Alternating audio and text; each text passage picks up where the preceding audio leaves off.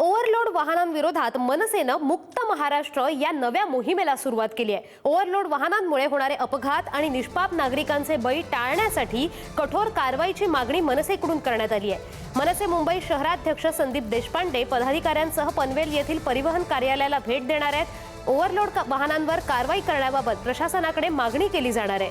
वाहतूक सुरक्षेसाठी ठोस उपाययोजना करण्याची मागणीही केली जाणार आहे। या संदर्भात अधिकच्या अपडेट्स देतात आमचे प्रतिनिधी श्रेयस सावंत। श्रेयस, ओव्हरलोड वाहनांच्या विरोधात मनसेनं मुक्त महाराष्ट्र या नव्या मोहिमेला सुरुवात केली आहे। नेमकं काय स्वरूप आहे या मोहिमेचं?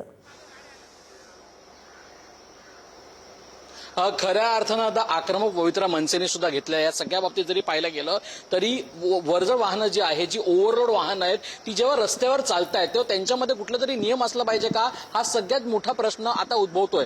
एकंदर पाहायला गेलं तर आपण घोडबंद रोड जरी पाहायला गेला तरी ओव्हरलोड वाहनांची एक वेळ आहे, तीच वेळ आता पनवेलच्या नंतरच्या मुंबई गोवा रस्त्यावर MH4 वर MH22 वर पण ही खरं तर नियमावली असली पाहिजे का, यासाठी आता मनसेने आक्रमक पवित्रा घेतलाय। मनसे मुंबई शहराध्यक्ष संदीप देशपांडे हे आता पनवेलच्या त्या वाहनांच्या कार्यालय जे आहे ते वाहतूक कार्यालयात जाणार आहेत आणि ते जाब विचारणार आहेत की आजपर्यंत जेवढ्या गोष्टी घडल्या तेवढ्या गोष्टींमध्ये का ही नियम पाळली गेली नाहीत आणि नियम जर पाळली गेली नसतील तर मनसेचा आक्रमक पवित्रा आता पुढे येताना दिसेल। हे चित्र आता समोर दिसतंय।